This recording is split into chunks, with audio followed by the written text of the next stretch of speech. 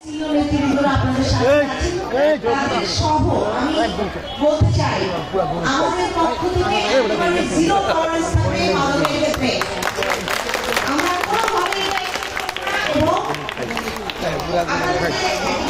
আমাদের এটা বলেছেন মিরাজ ভাই, রওশন ভাই, নিশ্চিত ভাবি সকলে বলেছেন যে মাদক থেকে শুরু করে চাঁদাবাজি, দখলবাজি এগুলোর মধ্যে যারাই থাকবে, সে যদি আমার দলের কোনো নামধারী কেউ হয় তাদের নামগুলো আমাদের কাছে জানাবেন এবং আমাদের পক্ষ থেকে যে ব্যবস্থা নেন আপনাদের পাশে দাঁড়ানোর জন্য আমরা সেই দায়িত্বটা পালন করবো ইনশাআল্লাহ।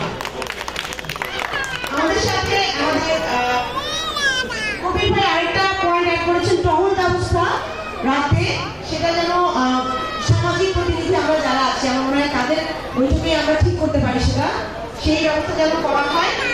রাবেয়া আপা, শিল্পী ভাবি, আপনি চিকিৎসা ব্যবস্থা সুষ্ঠু মতো পাচ্ছেন না।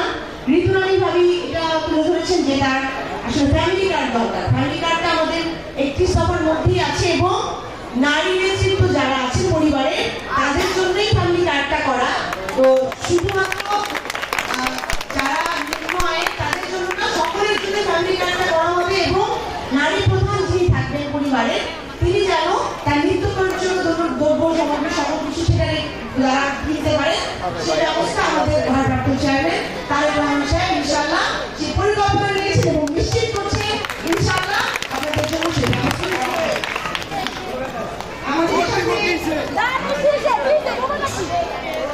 আমাদের সাথে আরো একজন ভাই দিয়ে গেছেন শিক্ষক, তিনি বলেছেন যে আমাদের এখানে যে হাই স্কুলগুলো নেই, আমাদের ভাইরাও পূর্ববর্তী সময়গুলো ধরেছেন, এটা তো বেসিক রিকোয়ারমেন্ট, কারণ প্রত্যেকটা জোনের ক্ষেত্রে যেন আমরা পর্যাপ্ত পরিমাণ প্রাইভেট স্কুল, হাই স্কুল এবং কলেজের ব্যবস্থা থাকে।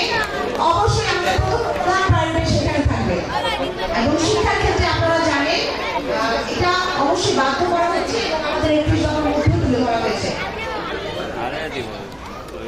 স্কুলের শিক্ষকদের জীবন বুঝতে খুব কষ্টকর এক ভাই আমার কাছে পাঠিয়েছেন এবং আমরা আশ্বস্ত করতে চাই, আপনি জানেন আমাদের ভারপ্রাপ্ত চেয়ারম্যান বিগত দিনে নিজেই বলেছেন যে মসজিদের যারা ইমাম যারা আছেন তাদের ক্ষেত্রেও কিন্তু উনি দায়িত্ব গ্রহণ করছেন যেন তাদের ভাড়াটা বৃদ্ধি করা হয়।